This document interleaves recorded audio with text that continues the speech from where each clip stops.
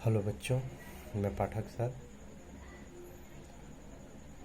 कल तक हम लोगों ने नरेशन में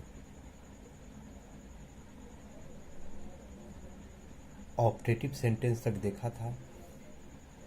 आज हम लोग एक्सक्लेमेटरी सेंटेंस पढ़ेंगे और आज आपके नरेशन जो है कंप्लीट होंगे।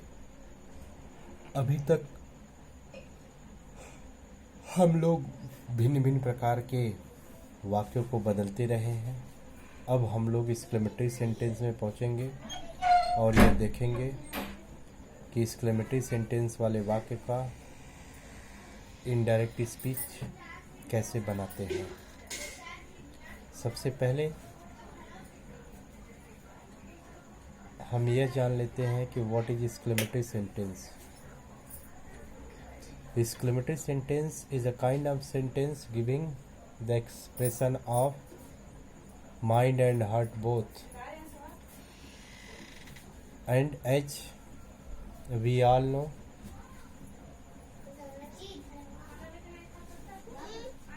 the exclamatory sentence giving surprise, sorrow, delight, joy, contempt and many more expression and feeling of heart. Exclamatory sentence ऐसे वाक्य होते हैं जिससे हम हृदय की उद्गारों का पता लगाते हैं। अतः एक्सक्लेमेटरी सेंटेंस ऐसे वाक्य होते हैं जिससे आश्चर्य, शोक, दुख, वेदना, पीड़ा, हर्ष, उमंग आदि का बोध होता है।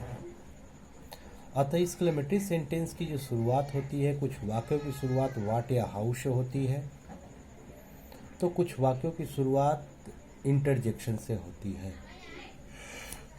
आइए हम लोग देखते हैं कि ऐसे वाक्य जिनकी शुरुआत व्हाट या हाउ से हो। तो सबसे पहले देखते हैं एक्सक्लेमेटरी सेंटेंस ऐसे रिपोर्टेड स्पीच के वाक्य या ऐसे एक्सक्लेमेटरी सेंटेंस जिसकी शुरुआत व्हाट या हाउ से हो, तो हम इनडायरेक्ट कैसे बनाते हैं। देख लीजिए, द गर्ल सेड, यहाँ पे what, the father said, how cruel you are, अंत में मार्क ऑफ एक्सक्लेमेशन लगा है। तो इनडायरेक्ट स्पीच बनाते समय हम सबसे पहले क्या करते हैं, रिपोर्टिंग वर्ब। तो रिपोर्टिंग वर्ब जो है आपके सेड या सेड टू बदल करके सेड या सेड टू के स्थान पर एक्सक्लेम्ड या एक्सक्लेम्ड विथ सरप्राइज का प्रयोग करते हैं। ठीक ना, एक्सक्लेम्ड या एक्सक्लेम्ड विथ सरप्राइज। दूसरा पॉइंट क्या है कि हम कामा, इन्वर्टेड कामा के स्थान पर क्या करते हैं, दैट कनेक्टिव का प्रयोग करते हैं। यानी कामा, इन्वर्टेड कामा के स्थान पर हम किसका प्रयोग करते हैं, दैट कनेक्टिव का प्रयोग करते हैं। ठीक है। तीसरा पॉइंट क्या होगा कि रिपोर्टेड स्पीच के वाक्य को, रिपोर्टेड स्पीच को असर्टिव सेंटेंस में बनाते हैं। असर्टिव सेंटेंस में बनाने का मतलब जो है व्हाट या हाउ के स्थान पर जो है किसका प्रयोग करते हैं, वेरी का प्रयोग करते हैं। तो हम लोग देखते हैं फिर से वही चीज़, रिपोर्टिंग वर्ब सेड या सेड टू के स्थान पर एक्सक्लेम्ड या एक्सक्लेम्ड विद सरप्राइज का प्रयोग करते हैं। कामा, इन्वर्टेड कामा के स्थान पर दैट का प्रयोग करते हैं। और तीसरे पॉइंट में रिपोर्टेड स्पीच को असर्टिव सेंटेंस में बनाते हैं। तो जैसे में देख लीजिए, the girl said, comma, inverted comma, what a beautiful garden it is. तो क्या हो जाएगा, the girl exclaimed with surprise. पहला पॉइंट, सेड या सेड टू के स्थान पर एक्सक्लेम्ड या एक्सक्लेम्ड विथ सरप्राइज का प्रयोग करते हैं, हो गया।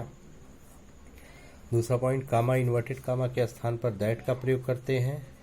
और तीसरा पॉइंट, वाक्य को असर्टिव सेंटेंस में बदलते हैं। तो what a beautiful garden it is का क्या हो जाएगा, it is a very beautiful garden. तो बनेगा क्या, तो यह टेंस बदल जाएगा,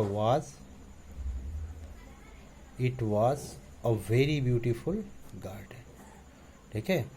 आपको ये पता होना चाहिए कि व्हाट या हाउ के स्थान पर वेरी का प्रयोग किया जाता है। फिर दूसरा, the father said how cruel you are. तो क्या हो जाएगा, द फादर exclaimed दैट, पहला पॉइंट। दूसरा पॉइंट दैट, और जैसे यहाँ पर तीसरा पॉइंट यह था तो ही वॉज वेरी क्रूअल, तीसरा पॉइंट। एक और देखते हैं हम लोग, the wolf said comma inverted comma how sweet your song is. तो the wolf exclaimed with surprise that,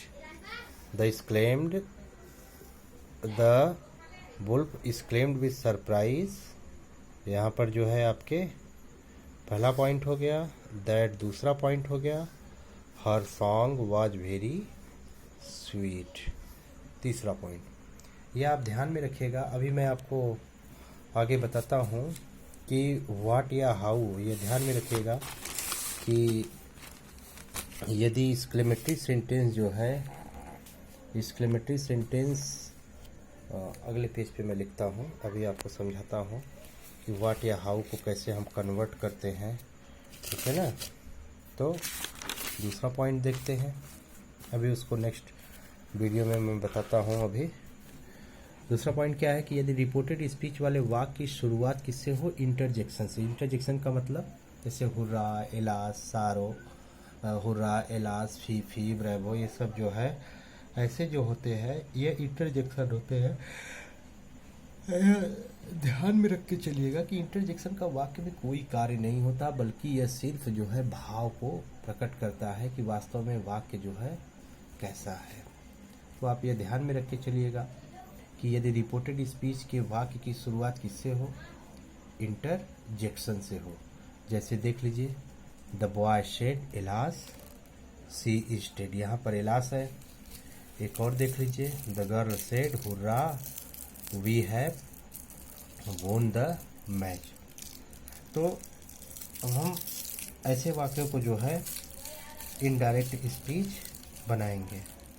तो फिर से एक बार आप देख लीजिए कि यदि ऐसे वाक्य हो जिनकी शुरुआत किनसे हो, जिनकी शुरुआत आपके इंटरजेक्शन से हो,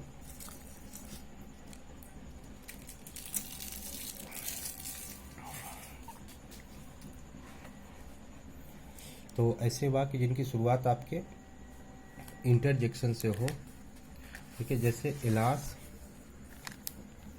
the boy said alas she is dead, the teacher said hurrah we have won. यह है ना आपके इंटरजेक्शन। तो आप क्या करते हैं कि इनडायरेक्ट स्पीच बनाते समय सबसे पहला रिपोर्टिंग वर्ब सेड या सेड टू के स्थान पर exclaimed with surprise, Joy, delight, सारो, ग्रीफ, कंटेम्प्ट का प्रयोग इंटरजेक्शन के अनुसार करते हैं। अगर मान लीजिए जैसे आपका एलास है तो आपका जो है नीचे मैंने चार्ट बनाया है उसके अनुसार करते हैं। ये आपका इंटरजेक्शन है, इसके अनुसार exclaimed विथ और वह भाव रखा जाएगा। जैसे आपका हुर्रा आ गया तो जॉय या डिलाइट हो गया, एलास तो सारो या ग्रीफ, तो exclaimed विथ सारो या ग्रीफ, exclaimed विथ जॉय या डिलाइट। ब्रावो है तो exclaimed विथ अप्लाउजेस, फी है तो exclaimed विथ कंटेम्प्ट, ठीक है ना। दूसरा पॉइंट यानी यह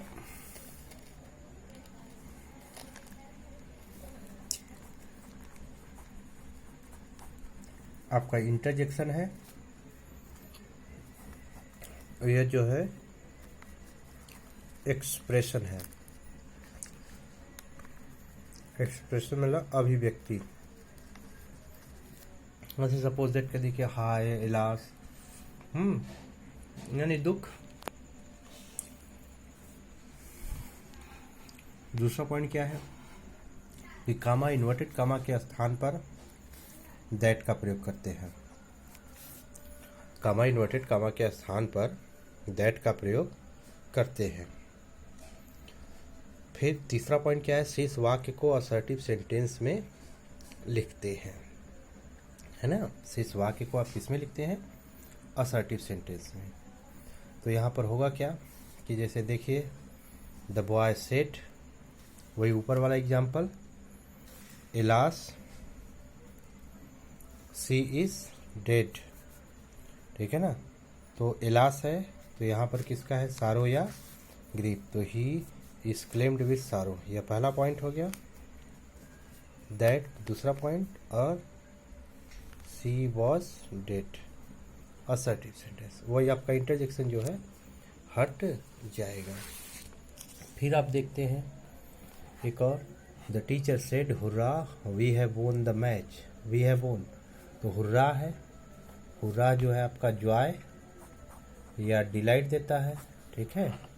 तो the teacher is claimed with delight, ठीक है ना, यह पहला पॉइंट हो गया यहाँ तक। दैट दूसरा पॉइंट, और दे हैड वोन यह तीसरा पॉइंट, है ना। देखते हैं कि यदि एक्सक्लेमेटरी सेंटेंस वाले वाक्य में ब्रेवो आया हो, ब्रावो अक्सर करके यह कंफ्यूजन पैदा कर देता है, तो वाक्य को दो प्रकार से बनाते हैं। हम क्या करते हैं, वाक्य को दो प्रकार से बनाते हैं, वाक्य को हम दो प्रकार से बनाते हैं। The father said bravo you have won, you have won, you have done well, you have done well, है ना। तो आप क्या करते हैं, यह पहली विधि है।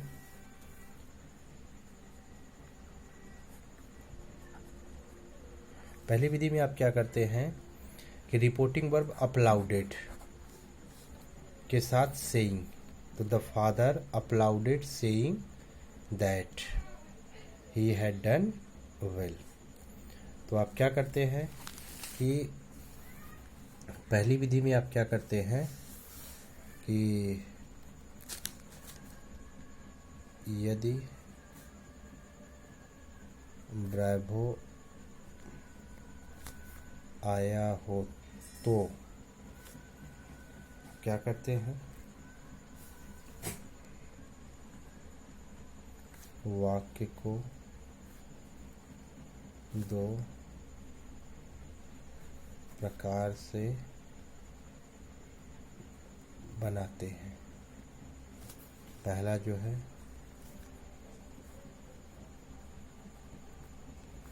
रिपोर्टिंग वर्ब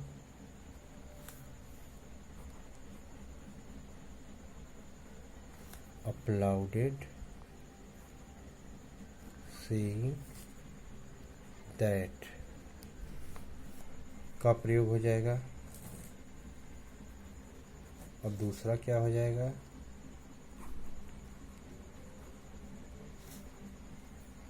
सॉरी अभी यह हो जाएगा आपका क्या, तो the father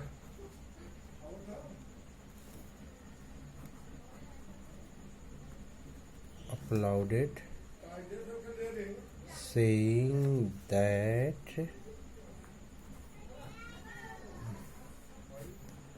he had done well, है ना। दूसरी विधि में क्या हो जाएगा, is claimed with अप्लाउजेस का प्रयोग करते हैं, ठीक है ना। तो क्या हो जाएगा, the father is claimed with applauses that he had done well। तो आप क्या करते हैं कि वाक्य को दो प्रकार से बनाते हैं। एक यहाँ पर मैंने लिखा कि द फादर, वही आपका ब्रेवो से शुरुआत है, तो पहली विधि में आपको मैंने नीचे भी बताया कि the father applauded saying that, है ना।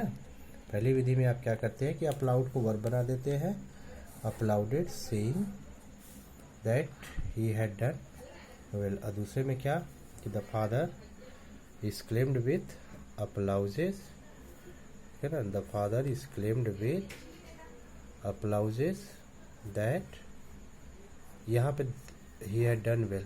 ये ध्यान रखिएगा कि अपलाउड और अपलाउज, अपलाउड जो है आपका वर्ब है और अपलाउज जो है नाउन है, USE है और यहाँ पर UD है, ये ध्यान में रख के चलिएगा, ठीक है ना। तो आप दो प्रकार से जो है आप क्या करते हैं कि वाक्य को आप बनाते हैं। तो आपके इंटरजेक्शन आए हो तो इंटरजेक्शन के अनुसार आप जो है वाक्य को कन्वर्ट करते हैं। अभी हम आप लोगों को बताया कि एक्सक्लेमेटरी सेंटेंस को आप कैसे इनडायरेक्ट स्पीच बनाते हैं। कुछ इसमें कभी कभी बच्चे गड़बड़ी करते हैं। कहाँ पर गड़बड़ी करते हैं? जैसे आपको एक्सक्लेम्ड विथ सरप्राइज है, न कि सरप्राइज्ड, ठीक है ना। बच्चे लिखते हैं तो वो एक्सक्लेम्ड विथ सरप्राइज्ड, ये ध्यान रखना कि सरप्राइज जो है नाउन भी है और वर्ब भी है। तो आपको प्रीपोजिशन के बाद आने वाला शब्द नाउन होता है, न कि वर्ब होता है। और अगर वर्ब अगर आ भी रहा है तो प्रीपोजिशन के बाद जो आने वाली क्रिया है वो हमेशा ING फॉर्म में आती है, ठीक है। तो आप जो है अभी एक्सक्लेमेटरी सेंटेंस पढ़ें। अब हम लोग जो है ये देखेंगे कि एक्सक्लेमेटरी सेंटेंस में जो व्हाट या हाउ होता है तो उसको हम कैसे पलटते हैं।